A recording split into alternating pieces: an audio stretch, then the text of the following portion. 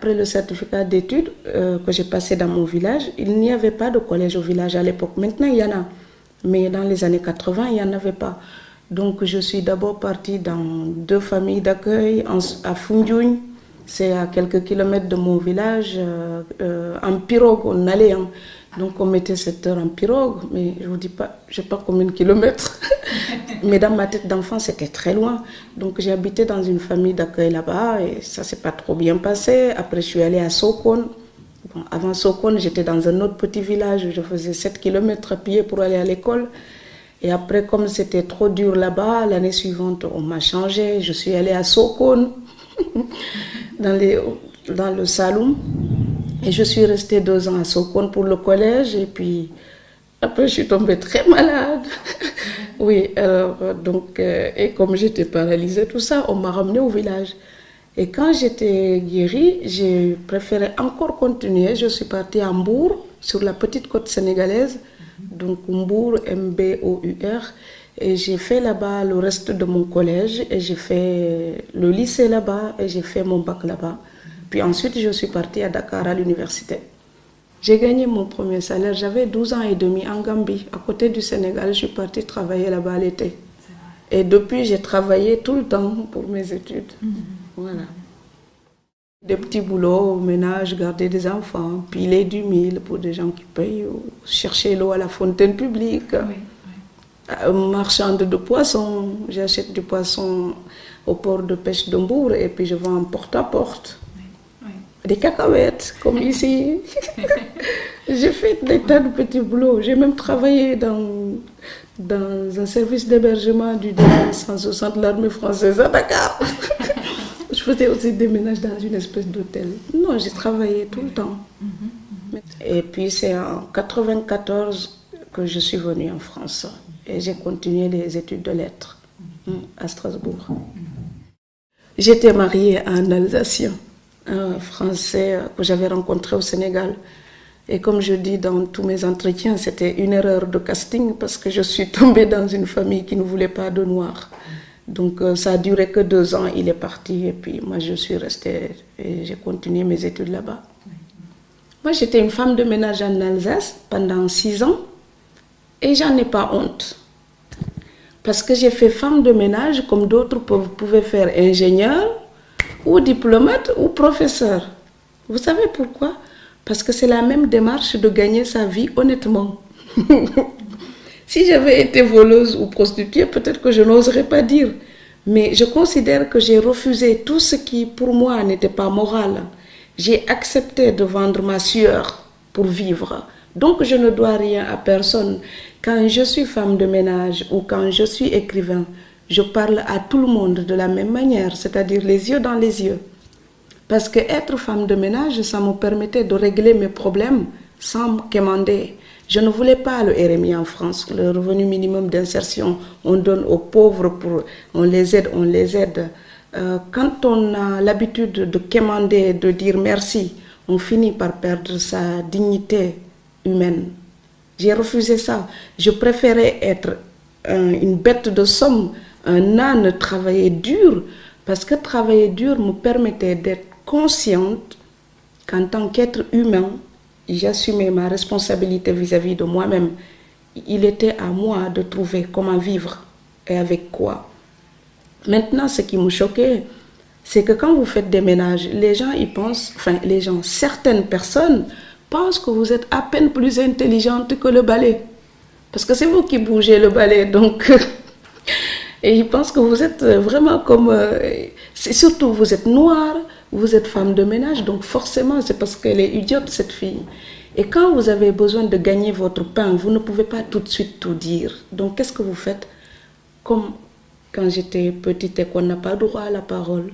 On regarde, on analyse, on observe, on compare. Et en écrivant, j'ai voulu mettre l'absurde jusqu'au bout. C'est-à-dire quand les gens sont capables d'une certaine bêtise, ce n'est pas la peine de rectifier tout de suite. Il faut les laisser aller jusqu'au bout de leur bêtise. Quand ils cognent au mur, ils reviennent tout seuls et ils respectent.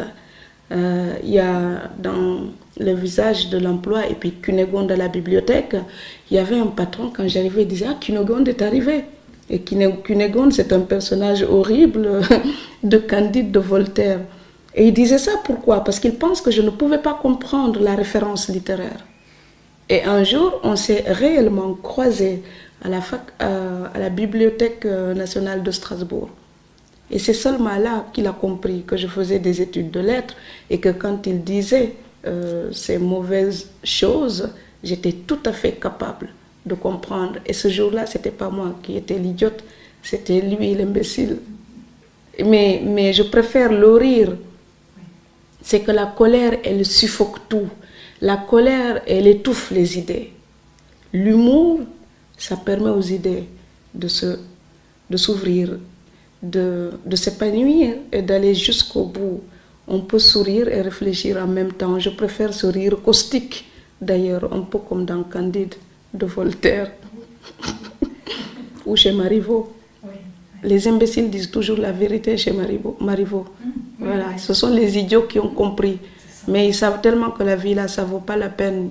Ça ne sert à rien de cogner les murs, il faut y aller tranquillement. Vous savez, quand je suis arrivée à Strasbourg, il y a une chose qui m'a frappée, c'est que j'ai trouvé que c'était une région avec une identité très marquée, comme mon île pouvait l'être au Sénégal. Parce que dans mon île, ce sont des îles du Sine Saloum. Et Niodior, c'est un petit village où tout le monde est sérère, tout le monde est musulman, et tout le monde se connaît et on vient pratiquement tous des mêmes tribus, des mêmes clans. Et là-bas, quand on arrive dans cette région, on voit tout de suite que les gens ne vivent pas comme à Dakar. Vous allez dans la région qui est à côté, vous sortez de Fatick, vous allez à Diourbel ou dans la région de Thiès, le mode de vie n'est pas du tout pareil. Parce que c'est une culture, ce sont les insulaires, des pêcheurs, des hommes de la terre, avec une espèce d'attitude face à la vie qu'ils pensent être les seuls à posséder. Donc ils s'identifient comme ça, c'est un noyau dur. Vous arrivez en Alsace, c'est une région qui a été française, allemande et puis française enfin. Et vous avez des gens qui parlent un dialecte mélangé avec de l'allemand et du français. Ces personnes-là, quand ils sont devant d'autres Français, ils sont conscients d'avoir une culture à part, ne serait-ce qu'avec cette identité historique qui est hybride. Ça fait encore un noyau dur à côté, exactement comme ce que je connaissais dans mon village. Donc à ce titre-là, j'ai toujours été alsacienne en étant insulaire du Sénégal, ou à ce titre-là, je suis toujours insulaire du Sénégal en étant alsacienne, et la compréhension est la même. Et dans le rejet comme dans l'acceptation. Les insulaires rejettent beaucoup tout ce qui est différent parce qu'il faut le temps d'apprendre à découvrir l'autre. En Alsace, ils rejettent tout ce qui est différent parce ils prennent le temps de découvrir avant de faire confiance. Et ça ne m'a pas posé trop de problèmes parce que je connaissais déjà. Est-ce que vous devenez, à force de vivre à Strasbourg, strasbourgeoise, quel est votre rapport à cette ville? Je pense qu'il y a déjà les souvenirs que j'ai pu vivre là-bas qui étaient douloureux, mais il y a aussi le souvenir des études accomplies là-bas. Donc, et les études, c'est une étape importante dans la vie de quelqu'un. On rêve son destin, on ne sait pas vraiment qu'est-ce qui va arriver, mais on y croit et on continue. Donc il y a la satisfaction d'avoir fait les diplômes jusqu'au bout. Enfin, ce côté, je termine. Mais les villes, pour moi aussi, c'est des visages. Je pense que quand on pense à une ville, on pense à des visages. C'est-à-dire les gens que je connais là-bas. Quand je suis au Sénégal, on me dit Strasbourg, je vois une série de visages, mes amis là-bas. C'est ça aussi Strasbourg pour moi. C'est une ville magnifique, mais elle est surtout magnifique parce qu'il y a des gens que j'aime là-bas. Et Paris, quelle est votre impression de Paris? Elle est gigantesque déjà. Moi, je suis une villageoise. Je suis née sur une toute petite île. C'est vraiment 15 km sur 5. On se connaît tous. On peut faire tout le village à pied. Et moi, à Paris, je me perds. Parce que je n'ai aucun sens de l'orientation. Et puis, je suis toujours dans ma tête en train de rêver à quelque chose. Donc, j'oublie où je vais, comment je suis venue. Je n'aime pas le métro. Donc Paris, pour moi, c'est une ville magnifique pour visiter maximum une semaine. Donc je vais souvent là-bas pour le travail et les fois où j'y vais pour moi-même, je ne reste pas plus d'une semaine parce que après une semaine, j'ai le sentiment d'être perdue dans le monde. Parce que c'est énorme. Je trouve que ce n'est plus une ville à dimension humaine. C'est une mégapole, vraiment énorme. Et Strasbourg, l'avantage que j'ai encore à Strasbourg, c'est que c'est une ville qui est grande pour qu'on puisse y trouver tout, les bibliothèques, les théâtres, l'opéra, les concerts. C'est très vivant, mais en même temps, c'est pas trop grand. Donc ça reste encore à taille humaine.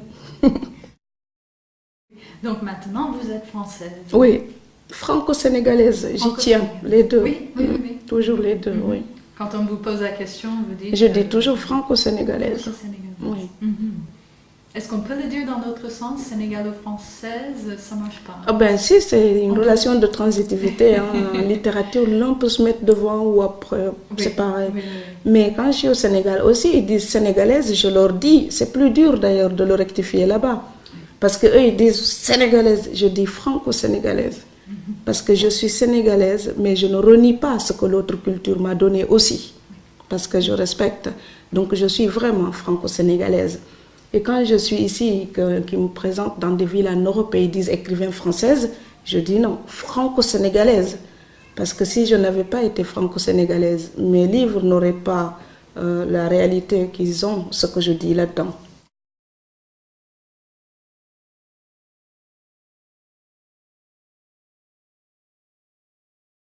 Et votre mère donc était près pendant votre enfance, elle n'était pas loin.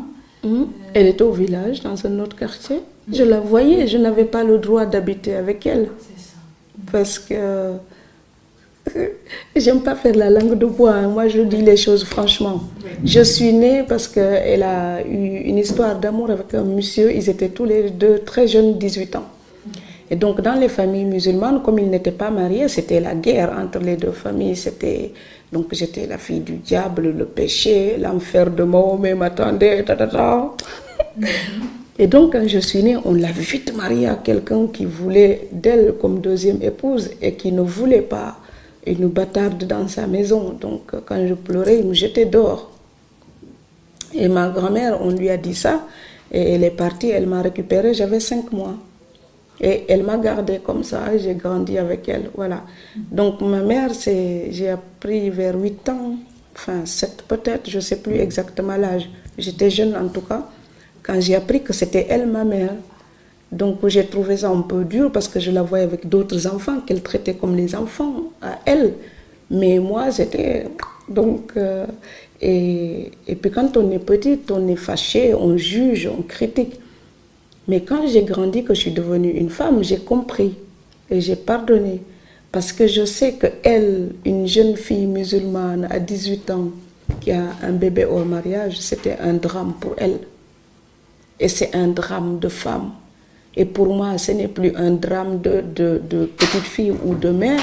Ça devient vraiment, pour moi, une situation problématique que rencontrent des femmes africaines. Et que moi, j'ai la chance de pouvoir éviter. Du coup, j'ai compris et respecté cette femme. Mais vers 93, on s'est vraiment rapprochés. C'est-à-dire à partir du moment où moi aussi, j'étais amoureuse, que j'allais me marier, que j'allais au bout du monde. Et ça ne plaisait pas à toute la famille. Et j'ai dit, je le fais. J'étais exactement en train de vivre l'amour interdit, comme ma mère l'avait vécu, avec toute la souffrance que c'était. Elle pouvait comprendre. Et comme elle pouvait comprendre, et elle m'approuvait, j'ai compris ce qu'elle n'avait pas eu le pouvoir de faire et que moi j'avais la chance de pouvoir faire grâce aux études peut-être et à ma révolte. Et là, j'ai commencé plutôt à la protéger. Là, elle est devenue ma chérie. Je veillais sur elle. Et c'est pour ça, dans la dédicace, je lui dis donc à ma mère, à ma sœur d'Afrique, avant d'être une mère, c'est d'abord une femme. C'est ma sœur africaine. Et donc, je l'imagine cette fois enfin reposée. Parce qu'elle est morte en 2001. J'imagine que dans sa vie de femme musulmane, avec tout ce qu'elle avait sur les épaules, parce que j'étais vivante, j'étais une erreur visible. Elle a souffert tout le temps pour cette honte-là. Même si elle m'aimait après, il y avait quand même un regret. Et je vivais, elle vivait. Il fallait que l'une de nous meure pour que l'autre vive. Donc elle est morte, maintenant je vis. Mais je vis pour écrire ma liberté aussi et celle que je voulais pour elle. Donc c'est pour ça que je l'imagine maintenant enfin reposée. Parce que là où elle est, on ne peut plus lui faire des reproches. Mais je l'imagine en train de prendre du thé avec Mahomet et Simone de Beauvoir. Parce que j'imagine qu'avec tout ce qu'elle a vécu au nom de l'islam, tout ce qu'on lui a fait au nom de l'islam, quand elle va aller raconter ça à Mohamed, elle va pouvoir lui demander si les hommes avaient le droit de lui faire vivre ça au nom de l'islam. Il faudra que Mohamed réponde. Et peut-être que Simone de Beauvoir sera une très bonne avocate pour ma mère. Et est-ce que vous avez fait la connaissance de votre père? Oui, je le connais bien. Ah bon? Oui, il paraît que... Enfin, je l'ai connu à 14 ans. Oui, oui. Donc... j'ai découvert une nouvelle de vous, les loups de l'Atlantique. Ben voilà, il paraît que quand il est venu la première fois au village me voir, les hommes le cherchaient pour lui casser la gueule. Et moi, j'étais petite, mais je faisais toujours des cauchemars. Je disais à ma grand-mère, mais je rêve, il y a un monsieur, il court devant moi, et il y a des gens pour taper. Et j'ai peur quand je rêve ça. Et elle me disait toujours, t'inquiète pas, t'inquiète pas. Et un jour, vers mes 20 ans, elle m'a dit, ce n'est pas un rêve. C'est que tu te souviens, quand ton père il est venu, tu avais 4-5 ans, tu as vraiment vu ça, c'était comme ça. Donc ce n'est pas un rêve, c'est un souvenir qui ne t'a pas quitté. Et comme ça revenait tout le temps, j'ai décidé d'écrire ça pour que ça ne vienne plus. À partir du moment où j'ai écrit ça, c'était terminé. Donc je l'ai vraiment connu, ce monsieur, j'avais 14 ans. C'est un monsieur très gentil, hein, sauf qu'il n'a aucune place dans ma vie. Donc je peux l'aider, je l'aide. Si je n'ai pas envie, je dis niet. Je ne lui dois rien, c'est quelqu'un de la famille. Mais je ne sais pas ce que cela veut dire, un papa. Je ne sais pas. Donc c'est quelqu'un que je respecte. Il est très gentil, mais j'ai essayé d'habiter 1 an chez lui, c'était pas bien. Donc je suis partie louer ma chambre, je me suis débrouillée. Il n'a aucun rôle dans ma vie. Il était irresponsable pour moi. Puis il est polygame et je déteste ça. Donc on n'a pas la même vision du monde. C'est un étranger sympathique pour moi. Juste que je ne peux pas être méchante avec lui. Mais pour moi, c'est quelqu'un qui a sa vie, qui n'a rien à voir avec ma vie. Sauf que je lui dois des gènes. Et pour ces gènes-là, je le respecte. Et il est possible que je l'aide de temps en temps, mais c'est tout. Et donc, vous continuez à voyager entre votre île natale et la France, c'est ça? Oui, plusieurs fois. Il y a des années où j'y vais plusieurs fois. C'est selon le manque de ma grand-mère. Oui. Quand elle me manque trop, je file tout de suite. Hein. Donc je suis tranquille quand je l'ai vue. Donc ça me permet d'avoir la force de rester longtemps en Europe pour mon travail aussi. Mais dès que la nostalgie commence à être pesante, il y a le médicament, c'est le billet d'avion. Est-ce que vous avez pensé à la faire venir? Est-ce qu'elle est déjà venue en France? Non, c'est une de mes frustrations. J'aurais aimé qu'elle vienne parce qu'on en parle, je filme, je lui montre des choses de chez moi à Strasbourg. Elle me dit, ah, j'aimerais bien venir. C'est vrai que si j'avais pu la faire venir, je ne me sentirais plus exilée parce que j'aurais l'impression d'avoir réunifié mes deux terres, mes deux pays. Et comme si elle ouvrait une porte pour moi. J'aurais aimé qu'elle pose son pied en France pour voir la terre que j'aime tant aussi, hein, pour voir cette culture que j'admire aussi, pour partager avec elle cette partie-là de moi. Parce que de moi, elle connaît la part africaine. Et il y a une autre part très importante en moi qu'elle ne voit pas. Cette France-là, cette Fatou européenne-là, cette Strasbourgeoise, elle ne la connaît pas. Donc c'est comme si j'étais deux pour elle. Elle est remarquablement présente justement par son absence. Il n'y a pas de vide, hein. Dans ma tête, elle est là. Elle sait tout ce que je fais. Elle m'équilibre aussi parce que je lui raconte les livres. Elle a toujours su que j'aimais écrire. Mais elle sait aussi que j'aime écrire parce que c'est une condition vitale pour moi. Ce n'est pas une condition de notoriété ou de succès. Quel que soit le succès, je sais que je serai comme je suis là aujourd'hui. Parce qu'en fait, si je n'écris pas, ça ne va pas bien. Et comme je n'ai pas envie d'aller à l'asile des fous et des folles, je vais tout le temps écrire. Ma grand-mère, elle sait cette nécessité-là. Alors, elle me dit, le succès, c'est un accident. Mais, alors, quand elle me dit ça, mais c'est un hasard, elle dit dans notre langue. Moi, je traduis, c'est un accident, mais au sens latin du terme, accedere, ce qui survient. Ça survient, c'est pas moi qui le décide. Mais c'est un bénéfice supplémentaire, ce n'est pas l'essentiel. C'est une conséquence. Ce n'est pas le succès qui permet les choses. C'est l'écriture qui existe d'une manière intrinsèque, indépendamment de tout le reste, qui m'est nécessaire. Le reste, ça peut venir ou ne pas venir. Et ma grand-mère le sait. Et en plus, je suis très casanière. Donc ma grand-mère, quand j'ai eu du succès, elle s'est inquiétée parce que je n'ai jamais aimé la foule. Parce que je suis dans la vie une fille très rangée. Je peux rester 2 semaines dans mon appartement, je descends juste pour prendre le courrier. Et je m'enferme et je travaille. Et toute petite, j'étais comme ça. Donc ma grand-mère, elle m'a dit, quand j'étais vue à la télé, parce qu'à un moment, elle m'entendait à la radio tout le temps, Fatou Diom, et elle a fait téléphoner pour me demander qu'est-ce que j'avais fait encore. Et j'ai dit, je n'ai rien fait de mal. Elle me dit, on parle Fatou Diom, qu'est-ce qui se passe? Et je dis, c'est à cause de mon livre. Et elle m'a dit, n'oublie pas, on ne cherche pas la vie dans les yeux des autres. Donc les autres, ils te regardent parce qu'aujourd'hui, tu es comme un petit bijou qui brille. Ils ont envie d'approcher pour regarder. Mais n'oublie pas que même quand le petit bijou, il ne brille plus, ça reste un bijou. Donc je pense qu'elle m'aide, qu'elle me guide à sa façon. Et elle est la première à être au courant de ce que j'écris. Je lui traduis tout avant la publication. Maintenant, j'enlève les impolitesses. Quand je dis quelque chose de très sexuel, par exemple, je lui dis, mais d'une manière plus soft. Mais je lui dis quand même. Par exemple, pour la cathédrale de Strasbourg, tout ça, je lui ai dit.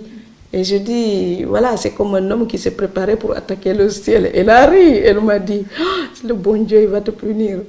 Alors, et on rigole comme ça. Et le vent de l'Atlantique, ça devait sortir en août, le 20 août. Je suis allée au Sénégal, juillet-août. Et en juillet, je lui ai traduit tout le livre pour savoir ce qu'elle pensait. Alors, elle me soutient. Elle me demande où est-ce que j'ai appris à parler comme ça. Je lui dis que c'est elle aussi qui m'a appris à parler comme ça, même si elle ne se rend pas compte. Mais je me sers de la langue de ma grand-mère pour l'ajouter dans la langue française. Et en mélangeant les deux, ça donne ma langue à moi. Comme je disais pour la revue brève, je dis, elle m'a donné les mots pour que j'en fasse ce que je veux. Maintenant, j'ai ces mots et les mots que la France me donne. Et en mélangeant tout ça, ça donne mes mots à moi. Est-ce que vous notez aussi ce qu'elle dit, votre grand-mère?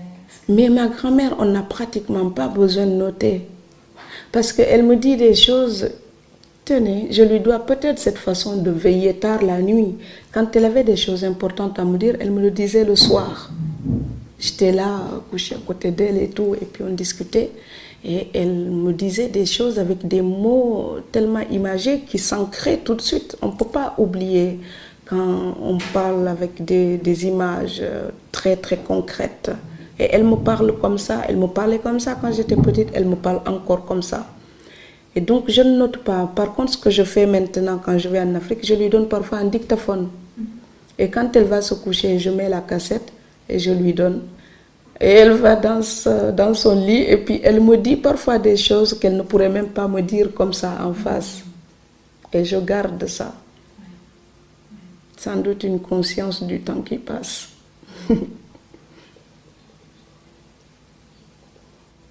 Et vous parlez en quelle langue? En sérère. Oui, c'est ma langue maternelle. Mais elle parle d'autres langues. Elle parle manding, elle parle wolof, elle parle peul aussi. Et moi, elle m'a appris aussi, je parle ces langues-là aussi. Oui. Mais quand on discute, on parle surtout en sérère. Oui.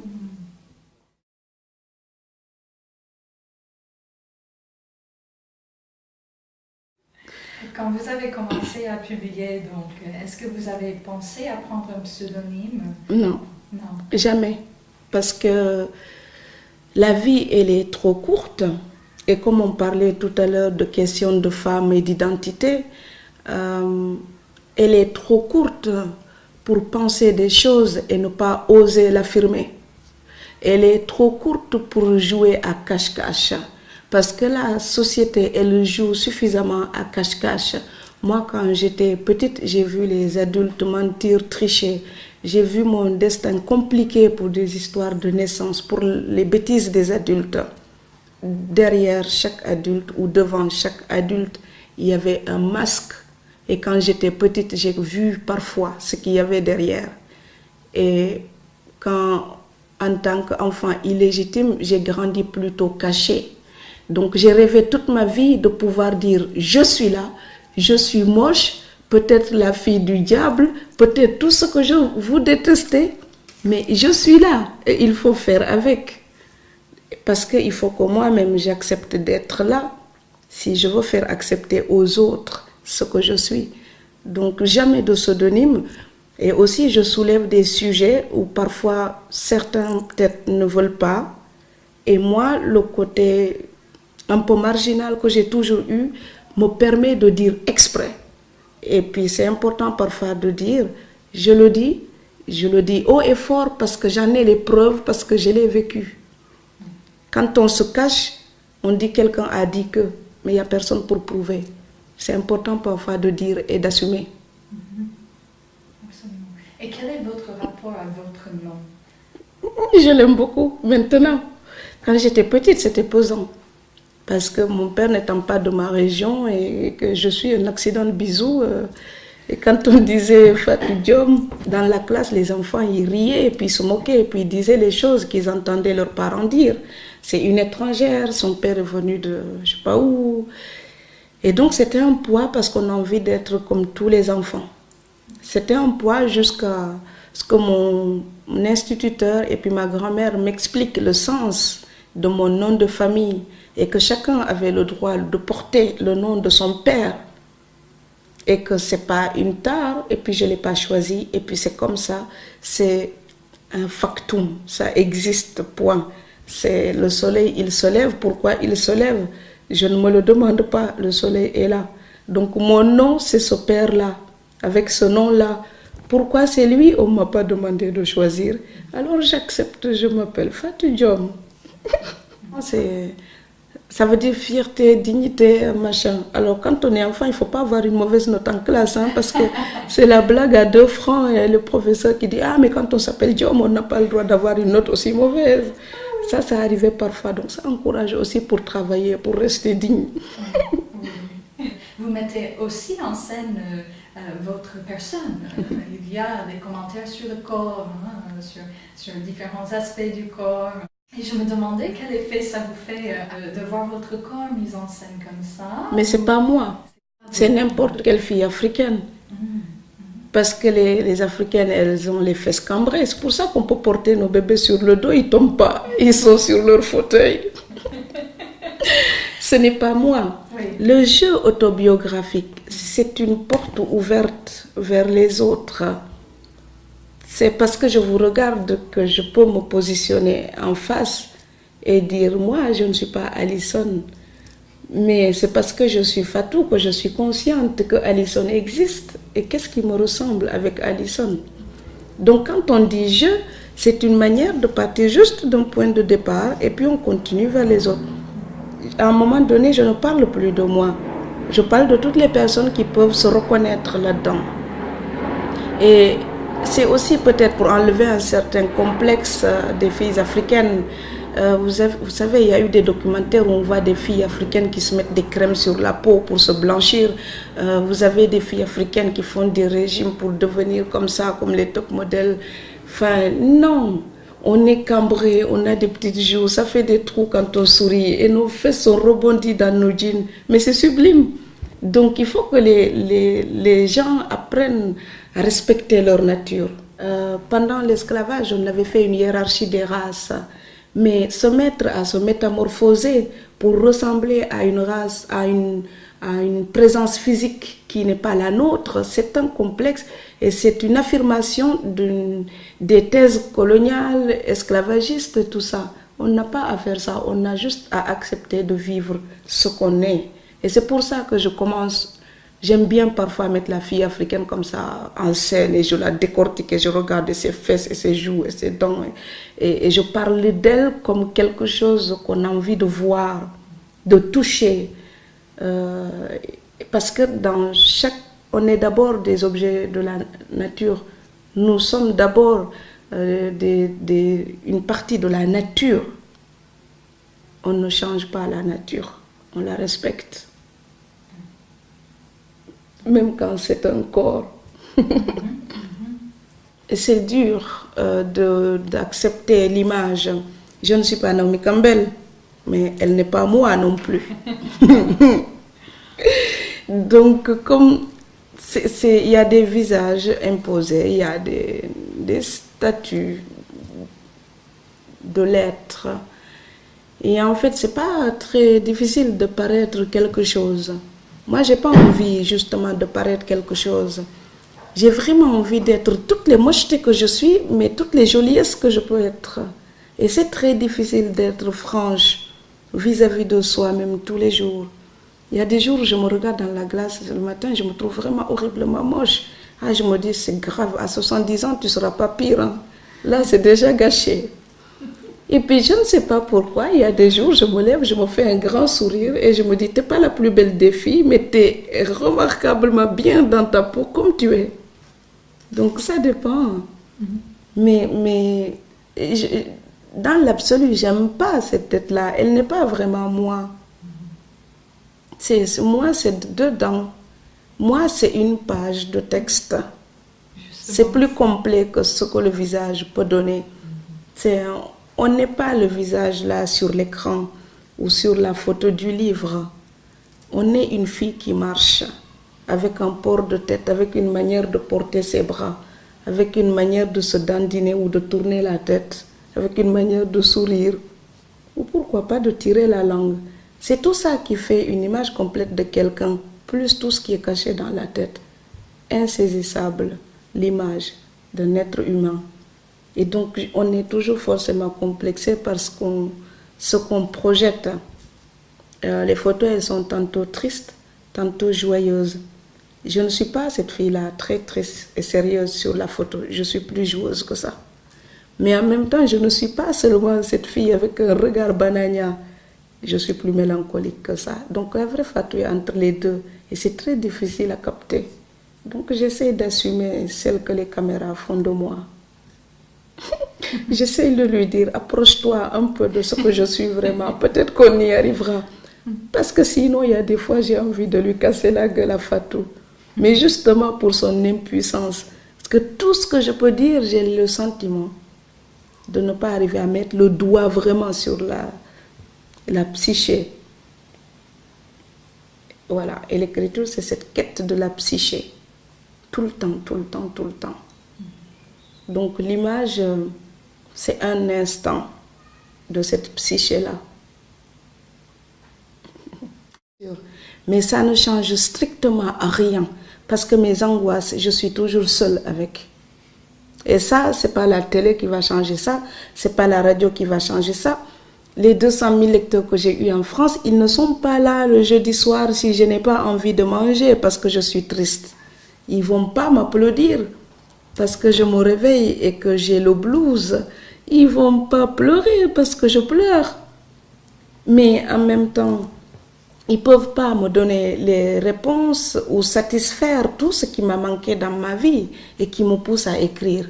Et ces choses-là, je suis absolument seule avec.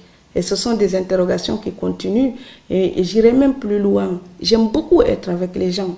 Je viens d'une culture qui est communautaire avec la famille, le clan. J'aime beaucoup ce côté accompagnement d'humanité. Mais la vie là, elle ne va pas me tromper. Je sais que même quand on est super entouré avec une famille pléthorique, on est quand même fondamentalement seul dans la vie. Et dans mon histoire à moi, je pense que j'ai toujours été très seule. Mais vraiment, c'est un sentiment que je n'arrive pas à enlever. Même dans mes plus grandes joies, il y a un fond de mélancolie, comme pourrait dire Molière. Dans les grands moments de bonheur ou d'intense joie, il y a toujours le sentiment du malheur ou de la perte de quelque chose. Je sais ce que je n'ai pas eu. Et ça, le succès ne peut pas me l'enlever et ne peut pas me le donner.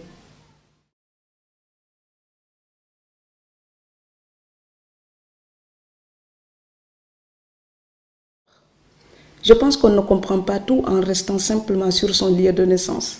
Je pense qu'on a besoin de partir pour pouvoir remettre en cause tout ce qui nous était familier. En découvrant autre chose, cette mise en cause est possible. C'est pour ça que je dis qu'on ne peut pas seulement critiquer l'Occident sans appliquer cette critique à nous-mêmes, à notre propre culture. Il n'y a que le voyage qui permet ça.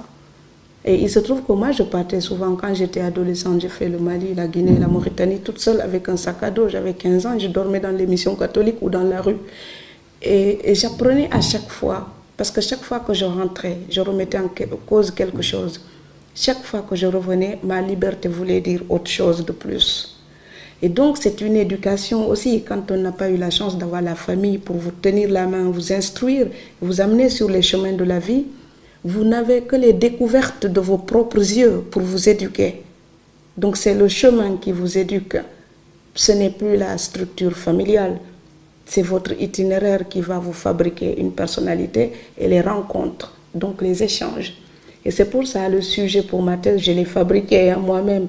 Donc voyage, je m'ouvre, échange, je partage, donc formation au sens initiatique traditionnel. Je découvre, j'apprends, je mûris. Donc les voyages restent toujours quelque chose d'essentiel dans ma vie parce que j'ai le sentiment de grandir comme ça. Je n'ai pas pu franchir les étapes au niveau familial pour voir une petite fille de 5 ans, on lui parle comme ça j'ai su avec ma grand-mère. À 13 ans, on me parlait comme ça, on me demandait de faire ça, on m'apprenait ça je sais. Mais à partir de 13 ans, c'est un fossé noir. Donc, je ne sais pas ce qu'on apprend aux adolescentes, aux femmes mûres, aux machins. J'ai dû découvrir ça par les voyages, au hasard, et aussi par les lectures. Parce que ça, c'est une vraie éducation. Et on apprend aussi que quand on dit sexe, on ne dit pas forcément sexe. Ça signifie autre chose. Et je ne le dis pas pour une vulgarité. Je le dis pour dire qu'il y a une façon d'être franche avec les choses, pour les vivre naturellement, pas dans l'hypocrisie. En Afrique, il y a des enfants partout. Et on ne sait pas comment on les fait puisqu'on ne parle pas de sexe. Donc je trouve ça bête. Et à un moment donné, il faut accepter que ça fait aussi partie de la vie. Si le sexe n'était pas aussi tabou, les filles qui ont des accidents en étant jeunes, qui ont des bébés, peut-être qu'elles ne feraient pas ces erreurs-là parce qu'on les formerait, on leur expliquerait avant. Donc leur faute, c'est une faute sociale. Une société qui n'éduque pas sur le sexe rend des gens victimes du sexe. C'est pour ça que parfois, moi, la fille illégitime et la fille musulmane, parfois, j'ose dire exprès, sexe, alors et après. Et moi, je suis amoureuse de la langue française parce qu'elle a plein de nuances, elle a plein de musique, elle a des subtilités. Je pense que ce que nous disons, les sujets que nous abordons peuvent être intéressants. Mais ce n'est pas seulement le sujet qui compte, c'est la manière de raconter une histoire. Finalement, une histoire de femme de ménage. Au XVIIe siècle, il y avait le journal d'une femme de chambre. Qu'est-ce que je peux raconter de plus important que ce livre-là? Ça a déjà été fait. Tout ce qu'on raconte, ça a déjà été raconté d'une manière ou d'une autre par des gens. Et c'est notre façon de raconter ça qui est intéressante. Et c'est la langue qui le permet. Et moi, j'aime bien la citation justement de Marguerite Yourcenar, puisqu'on est chez elle, dans les mémoires d'Adrien.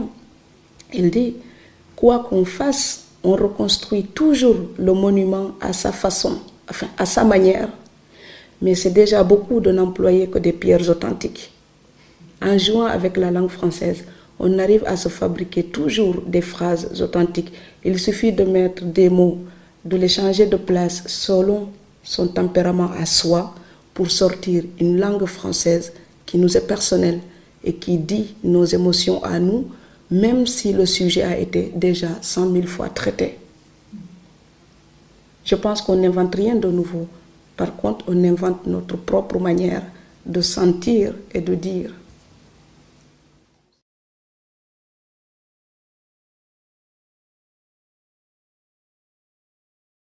Moi, je n'avais pas le rêve d'immigrer. Quand j'étais au Sénégal, je préparais l'école normale supérieure. Donc, pour une petite fille de la campagne qui arrive à être professeure de français en Afrique, c'est quand même génial. Donc, j'étais sûre pour mon avenir en Afrique, je n'avais plus peur. Mais quand je suis tombée amoureuse de ce monsieur, que j'ai accepté de l'épouser, il aurait pu aller en Amérique, en Angleterre ou à Strasbourg, c'était la même chose. Je savais que j'épousais quelqu'un, je partais. Quand on se marie et on s'en va, on ne s'en va pas pour faire fortune et revenir comme un immigré. On ne s'en va pas pour la richesse, on s'en va faire une vie. Elle peut être bonne ou mauvaise. Donc, mais moi, j'étais prête à prendre le risque. Il s'agissait pour moi de construire une vie qui est à moi et qui n'est pas seulement ce que les autres voulaient qu'elle soit ou ce que les autres en pensent. Donc, c'était ça. Et c'est pour ça que j'ai accepté de venir et je pense que je ne suis pas une immigrée. Je suis une fille qui s'était mariée pour faire sa vie en Europe. C'est différent. Quand vous êtes arrivée en France, c'était en 1994. Et justement, c'était l'année précédente que Pasqua, avec les lois... 3 jours avant mon mariage, pour les papiers. Voilà. Oui. Ça a changé le 28 décembre 1993. Voilà. Oui. Et moi, en janvier, je me mariais, donc c'est bien malin. Hein? Oui. Donc avant, on se mariait, au bout de 6 mois, on avait la nationalité. Après les lois Pasqua, on se mariait, on avait une carte de séjour pendant 1 an. Et après, on pouvait demander une carte de résidence qui durait 10 ans. Et c'est au bout de 2 ans seulement qu'on avait la possibilité de demander la nationalité. Et ce n'est plus un droit. Donc moi, on me l'a refusé 6 fois. Hein. Voilà, donc chaque fois j'ai préparé le CAPES pour faire professeur de français. Au moment du concours, tu n'as pas la nationalité, tu ne peux pas passer le concours. Donc du coup je fais la maîtrise, après je demande encore, on me refuse. Je fais le DOA, je demande encore, on me refuse, je continue un doctorat.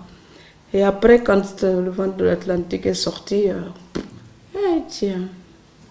Ça coïncidait avec la publication. Donc on est en doctorat, moi j'avais déjà enseigné 2 ans à l'université à Strasbourg et en Allemagne.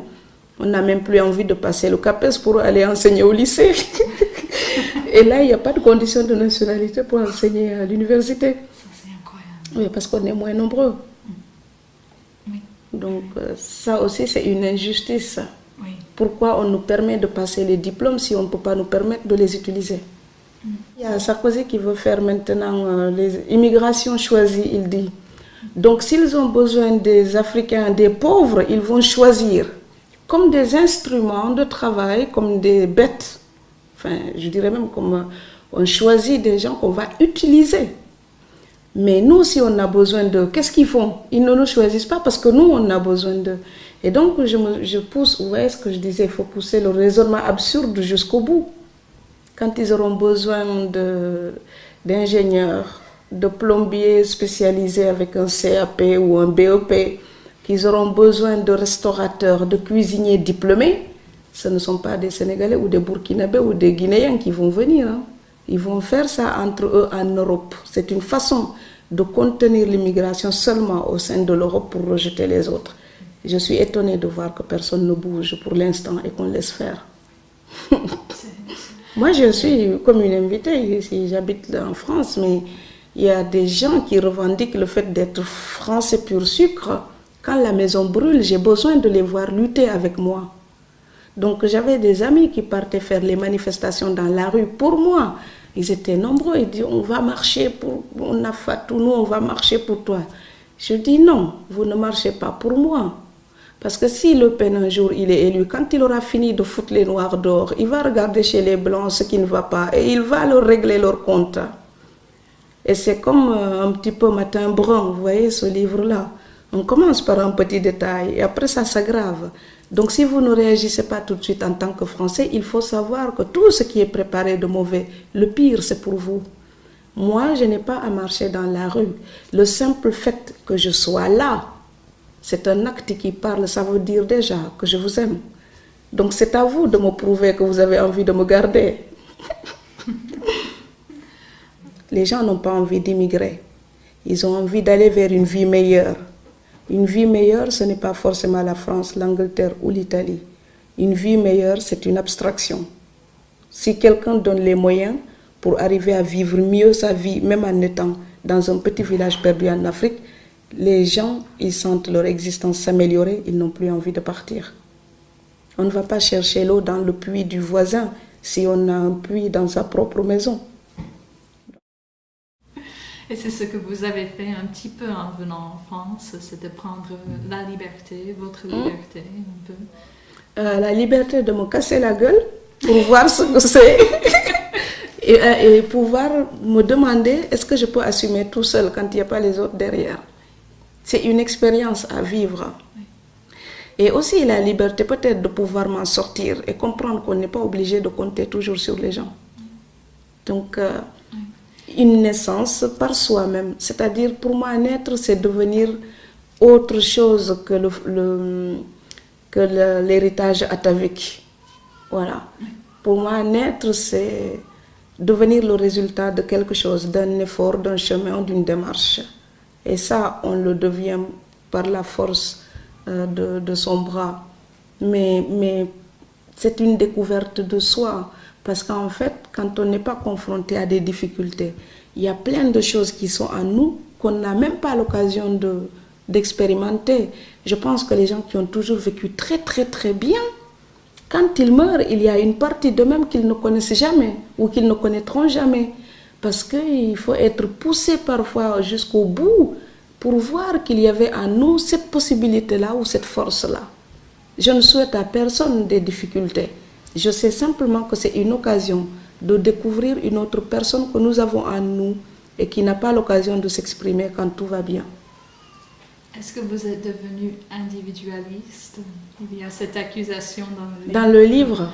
Non, je ne pense pas. Je pense que je suis toujours dans ce rapport social avec chez moi où je veux aider beaucoup de gens.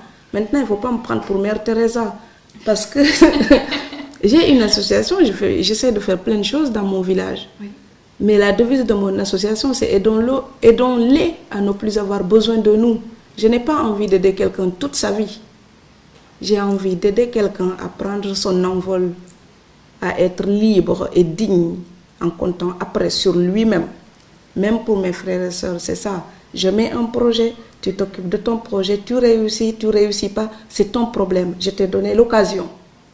Donc moi, ça c'est mon job pour eux.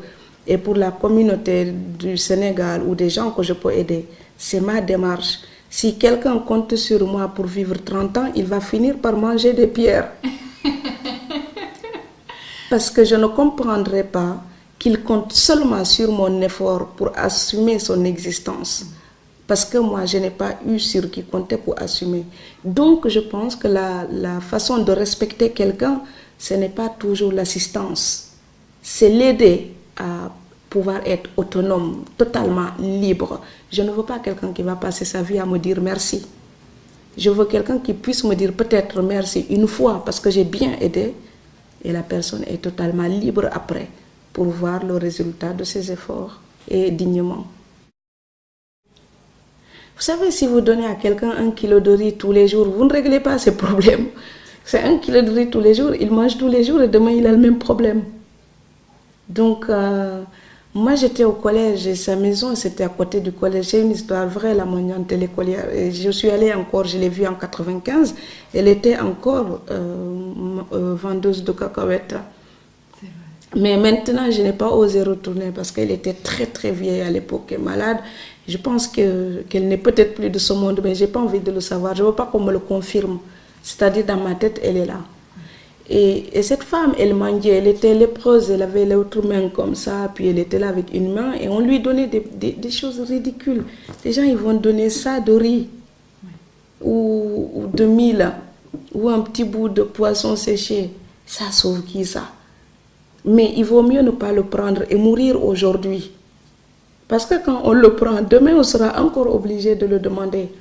Si je sais que je n'aurai pas de quoi manger d'ici 1 an et qu'il faudra toujours que je demande, je préfère mourir de faim cette semaine. Comme ça, je n'aurai pas à demander pendant 1 an. C'est une douleur en moi. Et donc, comme j'avais mon argent de poche de collégienne et que j'avais travaillé, je lui ai donné cet argent. Elle a acheté simplement un sac d'arachide. C'est tout. Il y a le bois est là, le sel est là, l'eau est là. Donc elle faisait les cacahuètes, elle vendait devant l'école. Et à partir de ce moment-là, elle ne mangeait plus du tout. C'est vraiment juste le capital pour acheter un sac d'arachide. C'est tellement, quand on y pense, il faut tellement 3 fois rien pour changer la vie de quelqu'un. Donc je ne peux pas devenir individualiste. Je ne peux pas devenir individualiste, c'est-à-dire je pense à une façon d'être solidaire, mais responsable. Il y a la solidarité traditionnelle africaine qui était là pour aider les plus démunis entre nous. Maintenant, il faut oser dire qu'elle est devenue aussi trafiquée, elle est tronquée, elle est hypocrite. Vous avez des tas de feignants qui sont là, qui vivent sur le dos des autres comme des saprofites. Donc, si je ne travaille pas, mon cousin, ma cousine ou ma soeur ou mon frère va me donner à manger. Ce n'est pas une vie. À un moment donné, il faut se dire, tout le monde a la responsabilité d'assumer son existence. Et on n'a pas les mêmes chances.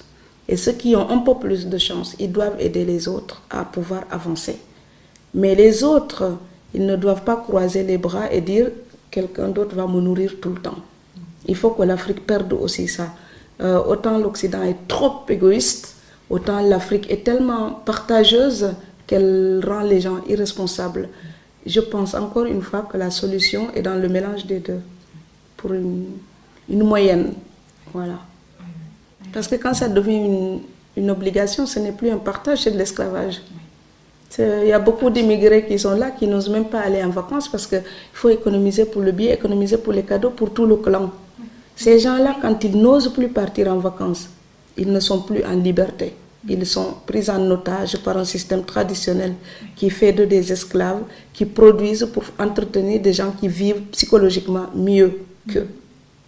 Donc, à un moment donné, il faut aussi que l'immigré soit conscient qu'il est devenu un instrument d'une tradition qui est falsifiée, qui est modernisée pour devenir profiteuse et capitaliste. Cette tradition qui était sociale et humaine, elle se tourne vers le capitalisme. Donc on profite de l'autre pour mieux garder le peu de choses qu'on a. L'immigré ne doit pas accepter ça. Il ne faut pas mentir aux nôtres, c'est à nous les immigrés d'enlever le mensonge des immigrés pour l'apparence. C'est confortable d'arriver au pays, de faire comme si on roulait en Jaguar en Europe et avec un jet privé, alors qu'on était simplement boy ou femme de ménage ou quelqu'un qui souffre dans un travail très très dur et mal payé. À un moment donné, il faut oser dire au pays, chacun lutte sous tous les cieux. C'est pareil. C'est pas parce qu'on est en Europe qu'on a tout à distribuer comme ça. Bon, moi je veux aider les gens, je suis consciente du manque. Mais il faut qu'ils soient aussi conscients de mes peines en tant qu'exilés. Or, nous, on oublie parfois de nous demander si on va bien. Et on nous appelle, il faut envoyer ça, ça, ça et ça. Je dis, attends, dis-moi d'abord, est-ce que tu vas bien? Puisque tu ne peux rien me donner, donne-moi un peu d'amour. Après, tu pourras demander matériellement. Mais nous, si on n'a pas besoin de leur aide matérielle pour vivre, on a besoin de leur soutien psychologique. On a besoin de leur amour pour pouvoir trouver la force d'aller gagner ce qui nous permet de les aider matériellement. Et ça, parfois, ils l'oublient. Donc, ils n'oublient pas nos devoirs vis-à-vis d'eux, mais ils oublient que nous aussi, on pourrait attendre quelque chose d'eux. Il y a l'égoïsme du pauvre. On a tendance à l'excuser tout le temps. Mais le pauvre, il pense toujours qu'il n'y a que lui qui est malheureux sur terre. C'est terrifiant. C'est pour ça que je dis, le tiers-monde ne peut voir les plaies de l'Occident. Les siennes l'aveuglent. C'est que comme on manque de beaucoup de choses là-bas, parfois ils pensent qu'ils sont les seuls à connaître des problèmes à résoudre, à souffrir de quelque chose. Non, les gens peuvent être très riches et très malheureux, et l'Occident est très riche et parfois très malheureuse. Très malheureux, l'Europe, j'ai pensé. Et donc, ce décalage entre l'immigré et la famille se joue là. C'est qu'ils pensent comme l'immigré est censé vivre mieux, il est forcément bien dans sa peau. Eh bien, il y a une autre tragédie qui est épargnée aux pauvres. C'est le jour où on a gagné tout l'argent nécessaire pour mener la belle vie. Mais il vous manque tellement d'amour ou tellement de famille pour être bien dans votre peau et jouir de votre bonheur. Et ça, les pauvres, ils ne pensent pas ça. Ils pensent juste à ce qui leur manque. C'est peut-être une chance d'ailleurs.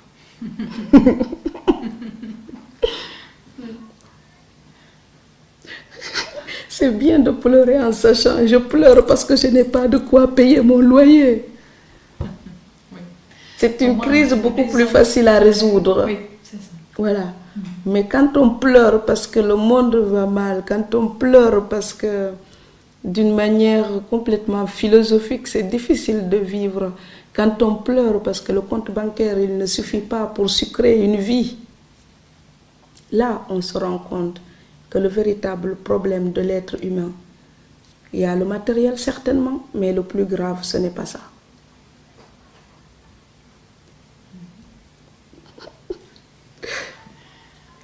Et le syndrome post-colonial, ça continue. Oui, après la colonisation politique, il y a la colonisation mentale. Vous savez, à Dakar, ils regardent Star Academy et le Loft et Big Brother. Donc, si on pouvait amener la culture et la littérature et les bons hôpitaux en Afrique avec la même facilité qu'on a de leur déverser Star Academy et Big Brother, ce serait très bien pour l'Afrique. Et nos chaînes de télévision sont assez idiotes pour acheter ça, quand ils pourraient acheter quelques lits d'hôpitaux et des livres pour des bibliothèques. Ils vont préférer aller acheter Big Brother et Star Academy et puis les séries brésiliennes. Ah bon? Donc c'est révoltant, c'est la poubelle culturelle aussi. On amène les voitures pourries, on les vend en Afrique. Quand il y avait les aliments contaminés pour le bétail, on n'ose plus vendre ça en Europe, on amène ça en Afrique. Donc maintenant, tout ce que la culture occidentale vomit, on amène ça aussi en Afrique. Ça aussi, c'est le sous-développement mental. Et ça, c'est le plus grave. Donc c'est aussi aux Occidentaux, à un moment donné, d'une manière éthique, de repenser leur rapport à l'Afrique.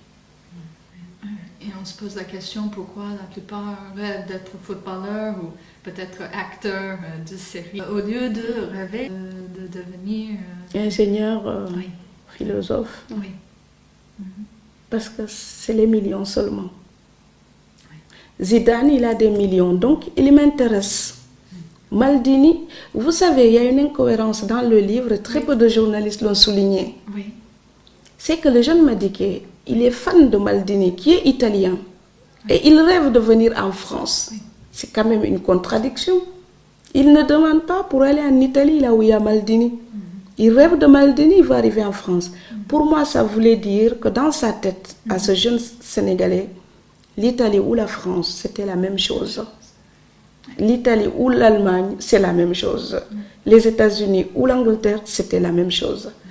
Pourquoi? Parce qu'il ne va pas vers un pays avec une culture. Il veut aller vers un lieu d'enrichissement possible. Et c'est ça la grande carence de l'immigré qui voudrait partir juste pour s'enrichir. C'est la pire manière d'aller vers une culture. Si je viens chez vous juste parce que vous avez un joli château, mais quand j'en aurai marre du château, je n'aurai plus besoin de vous. Par contre, si je viens chez vous parce que ce que vous pensez m'intéresse, je découvrirai tout ça et je découvrirai pourquoi vous aimez et pourquoi vous avez un château et pourquoi vous l'aimez. Ça m'apprendra aussi à regarder le château comme vous, à l'apprécier comme vous, mais en ayant toutes les raisons. Peut-être que vous pourrez me dire, partagez mon château. Donc je m'enrichirai d'une moitié de château et d'une part de culture. C'est ça l'immigré qui va vers une culture pour autre chose que de l'argent. Et je critique cette immigration-là chez les Africains. Je comprends très bien, quand on est pauvre, on cherche à s'enrichir. Mais la meilleure manière de s'enrichir au contact d'un pays, c'est d'accepter que l'argent, c'est juste un tout petit élément dans l'affaire. Parce que si on vient vers les Français juste pour travailler dans leurs usines et qu'on s'en fiche de leur manière de vivre, on va passer à côté. Ils n'auront pas envie de vous dans leur usine. Vos lecteurs, est-ce qu'il y a des gens qui sont retournés au Sénégal, ou semblables à certains personnages? Oui, je pense que j'étais beaucoup plus lue d'ailleurs par des Européens, vous savez. Je suis très lue en Afrique, j'y vais souvent dans Djibouti, au Mali, dans plein de pays francophones. Ils me lisent aussi. Mais en France, quand ça venait de sortir, j'ai surtout reçu des lettres d'Européens. Et peut-être parce qu'ils découvraient une autre façon de regarder les immigrés. Parce qu'on les voyait juste là. On ne savait pas ce qu'ils ont laissé derrière eux. Le rapport avec la famille restait au pays. Qu'est-ce qu'ils portaient en eux? Ils voyaient juste un noir qui passe. Mais c'est qui ce noir? Pourquoi il est là? Qu'est-ce qu'il a laissé derrière lui? Qu'est-ce qu'il cherche? C'est quoi sa mélancolie, sa joie? Donc ils ont peut-être essayé de regarder autrement. J'ai aussi reçu des lettres d'Africains et beaucoup d'Africaines. Et je dis toujours que les auteurs sont un petit peu des usurpateurs. C'est qu'on a volé un petit peu la vie de tout le monde en parlant. La femme de ménage Fatou Diom, elle n'existe pas. C'est la femme de ménage. Mais moi j'ai fait ça. Mais je sais que beaucoup d'Africaines sont passées par là.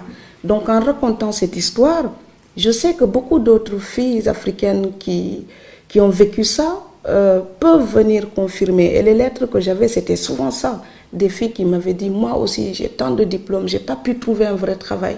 Je fais les ménages, je fais du babysitting parce que je ne trouve pas autre chose. C'était un cri commun de révolte. Et pour ça, peut-être, on peut être content d'avoir écrit ça. Et moi, je dis, j'écris des choses que j'aurais aimé n'avoir jamais vécues. Mais si ça permet à d'autres de dire leur révolte, c'est ça peut-être le bénéfice. Vous avez mis la colère dans l'écriture, même lors de votre arrivée en France? Dans l'ironie caustique. Mais vous savez, moi, je suis zen. Hein? Je sais pas... depuis toute petite, j'ai vu des situations que je trouvais injustes. Moi, je n'ai pas grandi avec mes parents, ils étaient là. Je n'avais pas le droit d'être avec eux. Je ne connais rien de plus injuste au monde. Pour moi, c'est ma grande injustice qui traversera toute ma vie. À côté de cette injustice-là, toutes les autres, je suis capable de les regarder comme ça. C'est quoi ça? J'ai déjà pire que ça dans moi comme histoire. Et toi, tu me refuses un boulot. C'est parce que j'ai survécu jusque-là, d'ailleurs, que tu as la chance de me refuser un travail. C'était plus important de survivre. Donc, quand on est face à certaines injustices, au lieu de se fâcher, d'avoir la colère noire, j'ai plutôt la critique de l'absurdité. J'aime bien l'ironie caustique. C'est que je regarde la personne, dans l'ironie caustique, il y a quelque chose de l'empathie forcément. Parce qu'on s'identifie à la personne, c'est parce qu'elle est juste une personne, juste un être humain, qu'elle peut réagir comme ça à cette personne-là. C'est peut-être parce qu'elle ne se rend même pas compte d'une certaine forme de bêtise qu'elle incarne. Et donc, c'est jouissif, ça permet de rire avec ce qui devrait être tragique, ça permet de vivre. Et c'est le sourire. Dans un poème, je dis le sourire, c'est du faux cristal sur du fer oxydé. Le fer oxydé, il est tout noir et moche. Si vous posez le sourire dessus, ça fait des perles blanches pour cacher la rouille. Et l'ironie dans l'écriture, pour moi, c'est ça. C'est que le monde est tragique. Mais je sais qu'il finira un jour par me manger. Et bien, en attendant, j'essaie d'être détendue et d'apprécier la vie. Donc, je rigole. Ça n'empêche pas la révolte. Oui.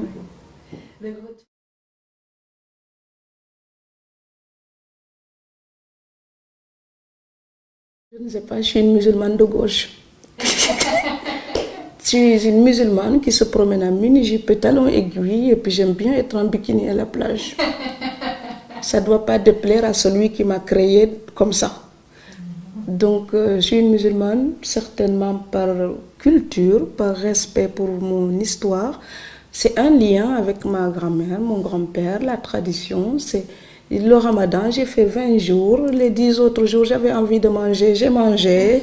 Je trouve que j'ai eu faim dans ma vie pendant très très longtemps et que ça fait beaucoup de dizaines de ramadans. Et que Mohamed, il peut pardonner ça. Donc, je crois à quelque chose de supérieur, une autre puissance, parce que je crois que l'être humain, c'est un résultat de quelque chose et qu'on n'est pas à la base de tout. Mais le Dieu auquel je crois, c'est le même pour tout le monde. C'est quelque chose dans le cœur de bon, une philosophie de la vie, une culture Je cultive plutôt ma relation avec les hommes. Ce que Dieu pense de moi, c'est son affaire. Et quand on me demande pour la religion, je dis jamais je suis musulmane ou je ne suis pas musulmane. En fait, je m'en fous. C'est comme la couleur, enfin, je sais pas, c'est comme la couleur de mes dessous. Ça ne regarde personne. Regardez les mosquées, les églises, enfin, ces cathédrales, les synagogues. C'est la religion, la tour Eiffel. Tous les symboles religieux ont été bâtis par des hommes. Et ça a toujours été bâti avec cette construction phallique. Pourquoi? Parce que c'est le dogme et c'est le symbole de la puissance. Je pense que les religions seraient moins dangereuses si les lieux de culte étaient ronds comme des cuvettes, comme des lacs, comme des vases, comme le contenant, comme la femme. Si on n'était pas là dans une conquête... c'est un petit peu la flèche de Mars. C'est toujours le dieu de la guerre, c'est pointu, ça va comme ça. Pourquoi on n'en ferait pas quelque chose de plus rond, de plus accueillant et pas de pointu qui s'impose? Et donc les symboles religieux, avant d'être des symboles religieux, ce sont aussi des lieux de culture. Ce n'est pas simplement un lieu de culte. Ça reflète beaucoup la culture des hommes. Et je dis toujours, on regarde les mosquées, les églises, tout ça, comme des lieux de culte. Il faut aussi penser que ce sont des lieux cultuels et culturels. Et ça traduit quelque chose de la civilisation humaine, c'est-à-dire toujours un rêve de domination et de puissance. C'est pour ça que c'est intéressant de prendre des libertés avec la religion. Moi, je veux une religion douce qui me permet de me mettre en harmonie avec moi, avec les autres, avec la nature, qui me permet de vivre en paix. Pas une religion qui permet qu'on m'impose un tchador ou n'importe quoi. Voilà, moi le tchador, j'en fais un string.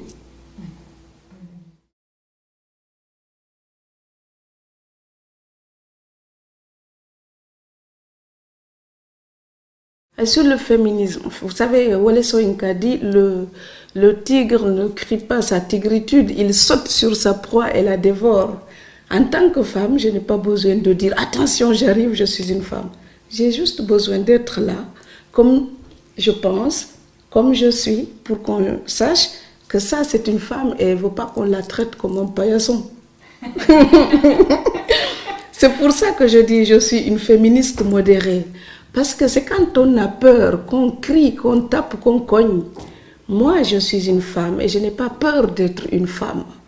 Il me suffit juste d'être une femme pour incarner peut-être le respect que j'ai envie qu'on me donne. Je n'ai pas à le revendiquer, il doit s'imposer.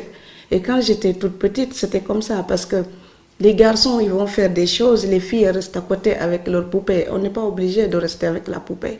On peut jouer à la poupée et aussi grimper sur les arbres. Il suffit d'être agile pour ça. Donc, on n'est pas obligé d'avoir les tresses. Quand j'avais envie, je coupais mes cheveux et j'avais le crâne comme ça, comme les garçons. Et au lycée, j'étais dans le groupe de garçons parce que j'avais remarqué que les filles, elles se laissaient faire. Moi, les garçons, elles ne pouvaient pas faire avec moi comme avec les autres filles. Donc, ils me traitaient comme leur égal.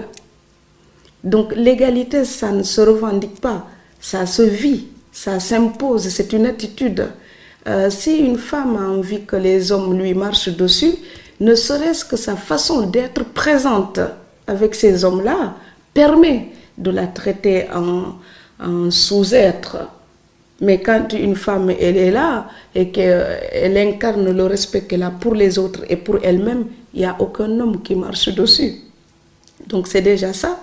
Et si je ne suis pas peut-être je dis toujours par rapport à l'écriture, je ne vais pas faire croire aux Sénégalais que je suis la Sénégalaise modèle 100%. C'est faux. Mais je ne vais pas non plus faire croire aux Français que je suis le produit de leur colonisation réussie. C'est faux. Je suis un peu cette africaine et cette française mélangée. Et c'est ça qui donne le ton de mes textes ou le contenu de mes textes. C'est parce que je suis cette Sénégalaise qui, avec l'éducation occidentale, j'ai pu ouvrir le regard et me dire, tiens, ça chez moi dans ma culture, ce n'est pas acceptable.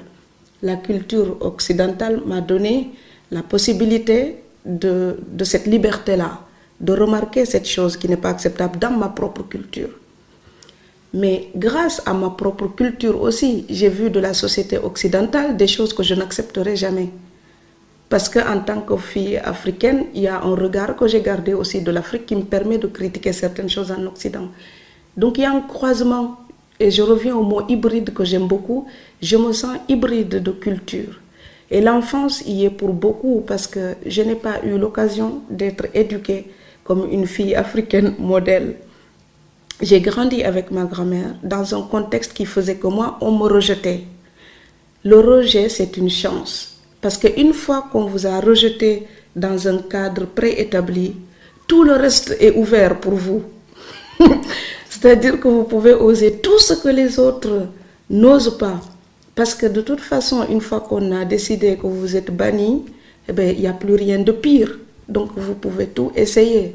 Et c'est pour ça que j'ai eu cette liberté de traîner un peu tout seul et de prendre l'identité qui correspondait peut-être à mon tempérament. C'est-à-dire une fille qui, avant de dire « je suis une fille », je suis d'abord une personne. Donc un individu. Avant de penser sexe, pour moi, sexe c'est un contexte. Donc je ne pense pas que je suis faite différemment comme monsieur, sauf quand on est dans un contexte où il est important de se souvenir de ça. Autrement, je le fréquente et c'est un humain comme moi et on traite entre deux humains.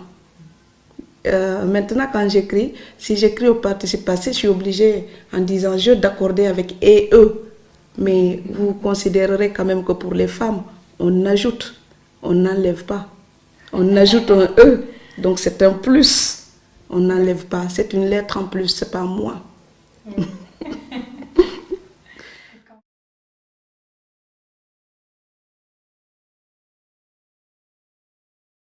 Vous travaillez surtout la nuit, vous écrivez la nuit. Oui. À partir de quelle heure? Il n'y a pas d'heure. Je peux commencer à 21h ou 22h et écrire jusqu'à 5h ou 6h du matin. Et il m'arrive de commencer à minuit et puis j'écris jusqu'au lendemain à 8h. Hein. Ah, oui. Mais la nuit, pour moi, c'est tant que je ne lève pas les volets. Et cette écriture-là, c'est ce que j'appelle mon délire. Ça, c'est que la nuit, les romans, les nouvelles, les poèmes, c'est que la nuit. Maintenant, quand je fais une conférence ou un article, ça, je peux faire la journée parce que c'est intelligent. Et quand vous écrivez direct sur la machine, sur l'ordinateur? Je suis une gauchère, contrariée, donc j'écris très mal à la main. Vous avez vu vos dédicaces, c'est comme les écritures des enfants. Ça monte, ça. Je ne peux pas faire les attachés. Oui. Et depuis qu'on m'a changé de main d'écriture, quand je note cette main-là, qui était la première à écrire, elle est fâchée un peu avec la droite. Alors avec l'ordinateur, elles sont toutes contentes, toutes les deux, d'être ensemble parce qu'elles se complètent. Donc je prends de petites notes, j'ai toujours mes carnets pour prendre des notes, mais quand je veux écrire beaucoup, je prends l'ordinateur. Donc j'ai mon portable qui me suit partout. Oui. Et vous avez tendance à écrire vite, lentement? Est-ce que vous corrigez en écrivant? Comment ça se passe pour vous? J'écris parfois parce que j'ai le sentiment d'avoir fini une page dans ma tête. Donc j'aime pas la réécriture. Je trouve que ça sent la plomberie, c'est comme les plans. Si on fait ce plan-là, je mets ça, ici je mets ça, là je mets ça. N'importe quel étudiant en lettres peut le faire, le roman.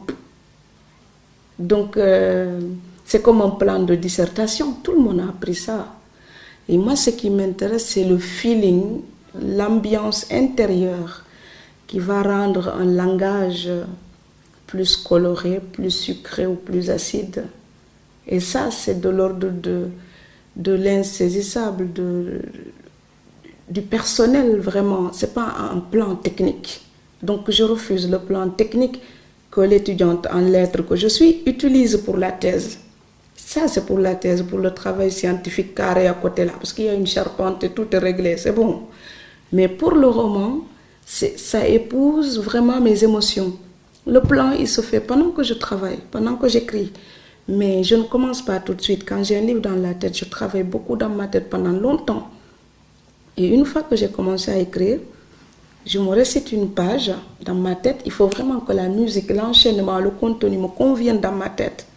Et quand j'ai décidé que j'ai vraiment terminé cette page dans ma tête, après je tape. Et donc en général, je ne l'enlève plus du tout rien. Le vent de l'Atlantique, c'est un premier jet. Parce que après, une fois que j'ai tapé, c'est fini. Par contre, chaque soir, avant de continuer dans le livre, je relis tout ce que j'avais écrit avant, jusque là où j'en étais la veille. Et c'est pas grave si après je tape seulement un paragraphe ou 2 pages ou 10 pages. C'est pas important pour moi. Ça peut être même 3 lignes, c'était nécessaire ce soir-là. C'était l'ambiance de ce soir-là. Mais je recommence toujours au début pour voir là où j'en étais la veille. En général, quand j'arrive là où j'en étais la veille, la suite se déroule tout seul. C'est-à-dire l'émotion ne ment pas. Et elle s'accorde toujours avec ce qui lui convient. Et mon rêve, ce serait que ce soit spontané, que ce que j'écris soit vraiment comme ce que je ressentais au moment où j'ai décidé d'écrire cette chose-là. Après, je peux relire et je trouve une phrase moins signifiante. Ah, ça c'est un peu nul. Il m'arrive de laisser ça exprès pour me dire, c'est ta part humaine de faiblesse, tu ne vas pas tricher. Il m'arrive de laisser ça. Ça se diversifie à des moments où on ne s'y attendait même pas. Parce que quand on écrit, il ne faut pas croire que nous, on surprend seulement le lecteur. Ce serait prétentieux pour un auteur de penser qu'il surprend seulement ses lecteurs. Non, moi, quand j'écris, les personnages me surprennent aussi. Je décide que je veux faire ça, et puis à un moment donné, quelque chose se passe, et le personnage il dit non, on va aller là. Et je suis, et ces jours-là, je suis très contente. Je me dis, tiens, il est devenu capricieux. Il m'a trouvé un peu bête, il a décidé de prendre sa liberté. Et donc maintenant, est-ce que vous oscillez entre la nouvelle et le roman? Est-ce que vous êtes plutôt romancière maintenant? Comment vous faites entre l'écriture d'une thèse de doctorat, si j'ai bien compris, Oui. donc, et des articles que vous avez mentionnés? Donc vous avez beaucoup d'écriture, beaucoup de genres, beaucoup de... Je pense qu'on ne choisit pas un style d'écriture. Je pense que l'histoire que vous avez envie de raconter choisit sa forme. Mais je ne suis qu'une débutante, hein, mais c'est ce que je crois en tant que débutante. Il y a des fois, j'allume mon ordinateur et le texte qui vient, il décide, je suis un poème. Pour sa musique, pour son ton, pour sa brièveté, pour tout ce qui va aller là-dedans. La structure vient tout de suite, c'est un poème. Et puis il y a des idées que j'appelle les idées un peu comme un coup près. C'est un coup, une idée, c'est un peu comme le taekwondo. Ça, c'est la nouvelle, parce que c'est rapide, ça va droit au but, c'est incisif, c'est précis. C'est vraiment comme du karaté. Et ça vient tout seul et avec une forme courte et ça chute. Et ça, c'est nouvelle, tout de suite. Et puis, il y a des idées qui viennent avec des tiroirs, des récits enchâssés, des histoires croisées, des chemins, des sentiers. Ben, on est dans un parc, vous voyez. Donc, on contourne des arbres, on rencontre d'autres, on prend un chemin, on tourne, on complète. Ça, pour moi, c'est le roman. Parce que c'est plus long, parce qu'il y a une technique dilatoire beaucoup plus lente, beaucoup plus structurée aussi. Et là, ce n'est pas une idée, un roman. C'est plusieurs idées qui se regroupent pour constituer une pensée en elle-même avec un thème plus large. Là, pour moi, c'est le roman. Et pareil, je fais aussi le théâtre. En fonction des tirades qui me viennent dans la tête, des scènes, quand c'est trop visuel comme ça, trop avec des déictiques spatio-temporelles très précises, pour moi, c'est du théâtre. Et c'est le texte qui vient, qui m'impose ce qu'il veut, mais je pense que c'est la même écriture, la même démarche, sauf que la forme dépend de l'idée qui va venir. Excellent. Donc je ne choisis pas vraiment, je fais plein de nouvelles, les romans aussi, mais je pense que j'écrirai toujours des choses différentes comme ça. Vous écoutez la musique quand vous écrivez? Oui, toujours. Toujours? Oui, j'écris toujours en musique parce qu'il y a une ambiance qui correspond aux émotions du moment. Il y a une spontanéité du sentiment qui s'accorde à la musique. Donc forcément le texte aussi. J'écoute beaucoup la musique ou parfois je m'arrête et je danse. Ça dégourdit quand on reste 8 heures comme ça devant l'ordinateur. À un moment donné, quand on se lève et on danse pendant 1 heure et tout, on a la forme et puis ça permet d'enlever le stress, les angoisses, tout ça. Absolument. Je suis très éclectique, je peux écouter Youssou N'Dour, Yandé Kodou ou des suites pour violoncelle de Bach ou alors les Beatles ou Georges Brassens ou Barbara. C'est très éclectique et j'adore Gainsbourg. Alors Bob Marley, respect. Donc j'écoute de tout, je suis très curieuse et j'aime beaucoup la musique, oui. Il m'arrive de parodier une chanson pour me moquer, mais en général, j'écris vraiment des chansons à moi qui partent de poésie, parce que je fais de la poésie. Et donc, parfois, il y a des textes que j'ai envie de chanter dans ma tête en refrain, mais je ne sais pas écrire le solfège. Donc, j'écris dans ma tête un rythme que je peux chanter, même qui n'existe pas forcément, mais j'écris quand même, parce que chez moi, c'est une tradition pour les filles d'inventer des chansons comme ça. Facilement, oui. Et pour danser, pour s'amuser, tout le monde invente des chansons. Alors, le rêve de devenir écrivain, je pense que ce n'est pas possible dans le contexte où j'ai grandi, puisque personne ne lisait, personne n'écrivait, il n'y avait pas de livres à la maison. Et quand vous êtes entouré de personnes qui ne lisent pas, même en faisant les études, je ne savais pas qu'est-ce que je pouvais faire avec plus tard. Donc je suis allée jusqu'à l'université avant de comprendre par exemple que je voulais être professeur de français, et à cause de mon instituteur par souvenir, mais pas parce que la famille a expliqué ou orienté, ce n'est pas leur univers. Donc même dans mes rêves les plus fous, je ne pouvais pas rêver de devenir écrivain. J'ai rêvé de devenir journaliste parce que j'ai vu Sokhna Dieng à la télé et qu'elle parlait très bien français et qu'elle était là, elle maîtrisait quelque chose. Donc j'ai rêvé d'être solide comme cette femme-là, de bien parler comme cette femme-là, et surtout comme elle était toujours très belle, comme les petites filles. J'ai rêvé d'être Sokhna Dieng. Donc journaliste, j'ai pensé. Et puis j'ai rêvé d'être institutrice, comme mon instituteur dans le livre qui m'a aidé vraiment à aller à l'école. Je me disais, si je suis institutrice comme lui, il sera content. Mais c'est bête, c'est des pensées d'enfant. Et j'écrivais uniquement parce que j'étais seule en ville et que dans la journée, je voyais des choses qui m'interrogeaient et il n'y avait personne pour m'expliquer. Donc j'écrivais sur ce qui me faisait peur pour essayer de mieux comprendre, pour analyser. Ou alors je lisais un livre, je lisais beaucoup. Parfois, j'arrive à la fin et la fin, je suis triste, ça ne me plaît pas. Je réécris la fin, je prends les mêmes personnages et j'écris une suite pour être bien dans ma peau, pour m'apaiser. Hein.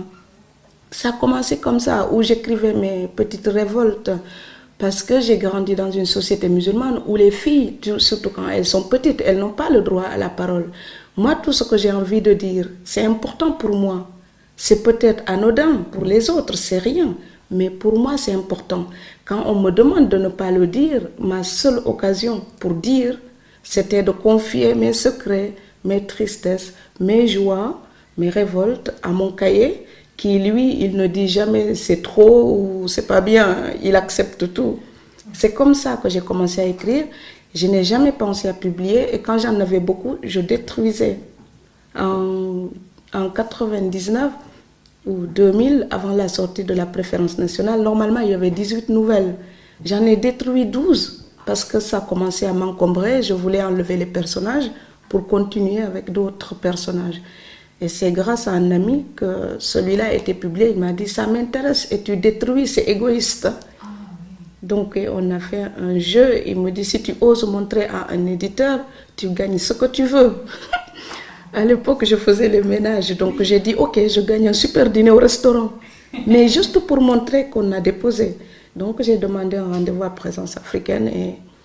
Et la dame, elle me dit, je vais vous publier. Et je me suis dit, oui, elle dit ça pour m'encourager. Et c'est venu par surprise, parce que je ne me sentais pas concernée par le milieu littéraire. Je pensais que c'était pour des gens bien de famille cultivée, de famille bourgeoise, littéraire. Je pensais que pour moi, c'est juste le plaisir d'écrire. Voilà. Moi, comme je dis, j'écris pour apprendre à vivre. Parce que quand j'ai commencé à écrire à 13 ans, je ne savais pas ce que ça pouvait signifier dans ma vie. j'ai quand même écrit. Je sais pas, j'aurais pu aller chanter, voler, danser, peindre sur les murs, n'importe quoi. J'aurais pu faire n'importe quoi en fait. Moi, j'avais l'occasion où tout était possible, le meilleur comme le pire. Et surtout le pire. Donc, j'ai écrit comme on s'enferme dans une cellule de bénédictine pour échapper au danger du dehors. Voilà. À partir de ce moment-là, tout était que possibilité. Et dans l'écriture, j'entendais l'interrogation. Et dans l'interrogation, j'entendais l'impuissance que j'avais de comprendre les choses ou de les gérer ou de les ordonner. On n'est capable de rien à 13 ans. On est un petit bébé. On peut juste s'étonner de la vie et lui demander qu'est-ce qu'elle a envie de faire de nous. Moi, je ne savais pas ce qu'elle voulait faire de moi. Je sais juste que j'avais envie de vivre et de faire du mal à personne. Mais en même temps, je trouvais le monde très violent. Et ce sentiment-là, il n'est pas parti avec l'âge. Il y a des jours où je me sens vraiment comme cette fille de 13 ans avec son cahier et qui n'a rien dans la vie à part un stylo. Et tout est puissant autour de moi, j'ai l'impression. Et je me sens faible, impuissante. L'écriture, c'est l'aveu même d'une impuissance. C'est justement parce que tout échappe à ma maîtrise que je suis dans mon abstraction totale à tricoter des mots. C'est tout ce que je peux faire, moi. C'est que je suis capable de rien d'autre. Et c'est une impuissance, mais c'est douloureux en plus. Il y a le plaisir à écrire une histoire, à aller quelque part, à voir une progression. Mais il y a la douleur extrême de voir des problèmes, de se révolter contre ça et de ne pas pouvoir les solutionner. Et je vis avec ça. Donc c'est pour ça que je dis j'écris pour apprendre à vivre. Ma grand-mère, elle dit, on ne peut pas terrasser quelqu'un qui est déjà assis par terre. Vous voyez, dans la lutte, quand quelqu'un décide, moi je suis assis par terre, je ne me lève pas, vous ne pouvez plus me faire tomber. C'est ça pour moi l'écriture. Je ne peux rien faire de tout ce que vous décidez. Je ne suis pas puissante. Je décide de me retirer de tout ça. Et je suis dans mon coin, assise par terre. Vous n'allez pas me faire tomber parce que je suis déjà par terre. Et je suis par terre avec mon écriture. Terrassée peut-être par la vie, mais terrassée assise avec le regard bien droit pour dire quand je ne suis pas d'accord, je vais le dire. J'ai qu'un stylo, mais je vais le dire. Et mon grand pouvoir, c'est la légèreté de mon stylo. Cette absence totale de force est ma propre force. Puisque je n'ai aucun pouvoir, le peu de choses que je détiens n'intéresse peut-être personne, on ne va pas me le prendre. Donc l'écriture, c'est ma bulle d'oxygène, c'est ma bouée de sauvetage. C'est ce qui me permet de vivre, ce n'est pas un travail pour moi. C'est de la passion, c'est une nécessité vitale. Ça n'a rien à voir avec un travail. Jusqu'à maintenant, j'ai toujours éprouvé le besoin de trouver un emploi pour gagner un salaire. Parce que quand j'ai une fiche de paie, j'ai le sentiment de travailler en tant qu'être humain. Mais travailler au sens latin du terme tribariare, comme torturer, l'effort vital nécessaire, je le fournis pour avoir une fiche de paie. L'écriture, ce n'est pas l'effort vital, ce n'est pas mon travail, c'est ma manière d'exister au monde.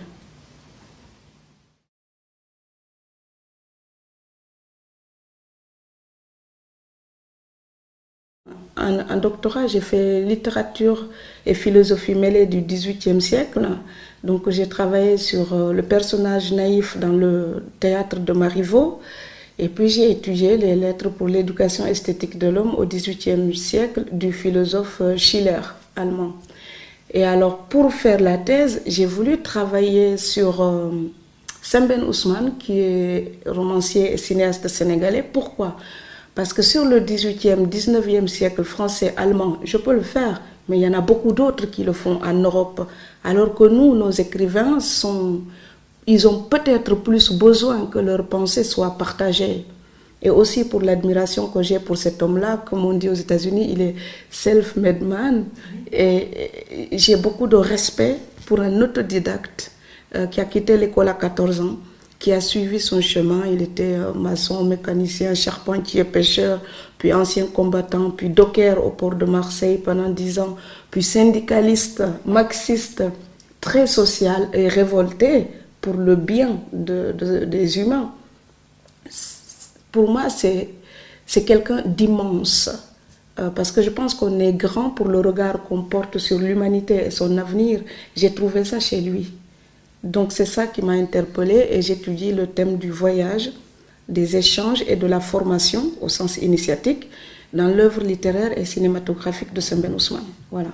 Parce que j'ai étudié et enseigné aussi le cinéma, je trouvais que c'était une occasion de mettre les deux ensemble. Vous êtes ici comme écrivain européen. Si on vous colle l'étiquette francophone, souvent on fait une distinction entre francophone et français, comment est-ce que vous réagissez à ce terme-là? Est-ce que c'est problématique pour vous? Ça dépend de qui parle. Parce que si on va à la définition linguistique, francophone étant tout ce qui est écrit ou dit en français, c'est tous les Français, tous les Sénégalais qui écrivent et toutes les personnes du Québec, de Belgique qui parlent français. Donc à ce titre-là, on ne peut pas dissocier un Sénégalais d'un Français ou d'un Belge pour leur écriture, si c'est simplement la question du langage. Maintenant, je pense que selon des situations, le terme francophone renforce ou renferme l'idée de ressortissants de colonies de France. Et donc, selon la personne qui parle, ça peut être respectable ou dévalorisé. Parfois, je pense qu'il y a des gens qui sont assez hypocrites pour quand ils disent littérature francophone, c'est une espèce de sous-littérature française. Et devant ces gens-là, j'aime bien leur dire, mais non, ce n'est pas de la littérature francophone, c'est de la littérature, point. Parce que je ne vois pas, quand on utilise la même langue, qu'on la traite de la même manière. Je ne vois pas la différence entre moi et n'importe quelle Française formée à l'université de Strasbourg. On a le même niveau, on peut avoir une sensibilité différente, mais on va traiter la langue avec les mêmes armes. À ce titre-là, pourquoi me différencier d'elle? On fera de la littérature, bonne ou mauvaise, mais de la littérature, c'est tout. Et donc c'est selon le contexte que... Mais d'une manière générale, je pense qu'il y a une différence qu'on veut faire entre littérature africaine, européenne, américaine. Honnêtement, ce sont des étiquettes, je m'en fous. Quand je lis John Steinbeck, je m'en moque qu'il soit sénégalais ou pas. Quand je lis Hemingway ou quand je lis Dublin, ce n'est pas sa nationalité qui m'intéresse avant, c'est sa pensée. Parce qu'il y a des écrivains américains dont je me sens plus proche que certains écrivains sénégalais. Et donc c'est une communauté intellectuelle avant une communauté de mélanine ou de géographie. Et moi je suis amoureuse de la langue française parce qu'elle a plein de nuances, elle a plein de musique, elle a des subtilités. Je pense que ce que nous disons, les sujets que nous abordons peuvent être intéressants. Mais ce n'est pas seulement le sujet qui compte, c'est la manière de raconter une histoire. Finalement, une histoire de femme de ménage. Au XVIIe siècle, oui, au XVIIe siècle, il y avait le journal d'une femme de chambre. Qu'est-ce que je peux raconter de plus important que ce livre-là? Ça a déjà été fait. Tout ce qu'on raconte, ça a déjà été raconté d'une manière ou d'une autre par des gens. Et c'est notre façon de raconter ça qui est intéressante. Et c'est la langue qui le permet. Et moi, j'aime bien la citation justement de Marguerite Yourcenar, puisqu'on est chez elle, dans les mémoires d'Adrien. Elle dit, quoi qu'on fasse, on reconstruit toujours le monument à sa façon, enfin à sa manière. Mais c'est déjà beaucoup de n'employer que des pierres authentiques. En jouant avec la langue française, on arrive à se fabriquer toujours des phrases authentiques. Il suffit de mettre des mots, de les changer de place selon son tempérament à soi, pour sortir une langue française qui nous est personnelle et qui dit nos émotions à nous, même si le sujet a été déjà 100 000 fois traité. Je pense qu'on n'invente rien de nouveau. Par contre, on invente notre propre manière de sentir et de dire.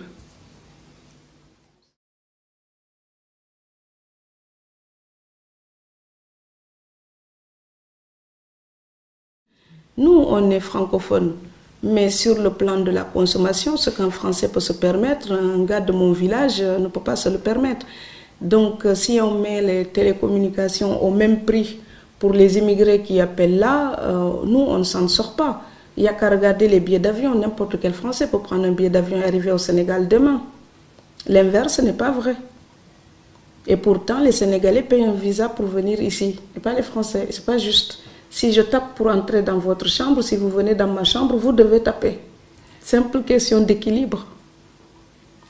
Donc, eux, ils disent que c'est pour doper le tourisme. Je veux bien qu'on dope le tourisme, mais je veux bien que psychologiquement, les gens se sentent libres et égaux vraiment. Voilà. Le Sénégalais, il n'a pas l'impression d'être égaux, enfin, d'être l'égal du Français. Puisque lui, il est sur sa plage, le Français, il peut venir et puis on clôture des plages privées pour les touristes. Et les Sénégalais, ils passent à côté, dans les plages sales, ils n'osent pas aller dans les plages propres. Et eux, pour venir, ils doivent payer 300 francs pour le visa. 300 francs français, c'est 30 000 CFA, c'est un salaire d'ouvrier. Pourquoi moi, je dois payer pour venir en tant que Sénégalais ou Sénégalaise et que n'importe quel, le dernier des Français, il prend son sac de voyage et il débarque en terrain conquis. Donc c'est comme si la colonisation, c'était pas fini. Puisque eux, ils sont chez eux, chez nous, mais nous, on n'est pas chez nous, chez eux. C'est pas juste. Mais je ne le dis pas pour rejeter les Français. Hein. Je le dis juste parce que idéologiquement, c'est important qu'on se sente sur le même pied d'égalité. Oui. Et puis même, vous avez les Européens, quand ils arrivent en Afrique, ils sont dans les beaux quartiers. Les Africains, quand ils arrivent en Europe, ils sont dans les quartiers pourris. Donc l'échange n'est quand même pas le même. À un moment donné, il faut peut-être que la mondialisation va permettre de mettre les richesses à la portée de tout le monde, mais je n'y crois pas. Je pense que ce sont les Africains qui doivent se sentir tout à fait responsables pour prendre leur destin en main. Si l'Occident devait les aider, ce serait déjà fait. Et il suffit de mettre l'équivalent du budget de la Coupe du Monde dans un pays africain en même temps que la Coupe du Monde. Chaque année, enfin chaque Coupe du Monde, si on faisait ça, tous les pays africains seraient déjà développés. Le Sénégal, c'est 10 millions d'habitants. C'est moins important qu'une grande ville américaine. Si on voulait développer un pays comme ça, un seul pays européen peut le faire. C'est vraiment pas grand-chose, mais ce n'est pas une question de moyens, c'est une question de politique. Et une question de prise de conscience. Oui. Je ne comprends pas que les Africains puissent se mettre toujours, il faut nous aider, il faut nous aider. Mais non, quand votre maison brûle, vous n'attendez pas le voisin, vous commencez à éteindre. Je sais qu'ils luttent, je sais qu'ils travaillent en Afrique, mais il faut qu'ils soient encore plus conscients que leur avenir est dans leurs propres mains, que ça ne viendra pas d'ailleurs. C'est un gros mensonge. S'ils y croient, ils se trompent. Maintenant, peut-être que je suis pessimiste en disant ça, mais je ne peux pas dire le contraire parce que je ne le crois pas. Parce que moi, quand je me cassais la gueule, il n'y a personne qui est venu me sauver. Donc, et je pense qu'on peut mettre ça à l'échelle d'un village, d'un pays et d'un continent.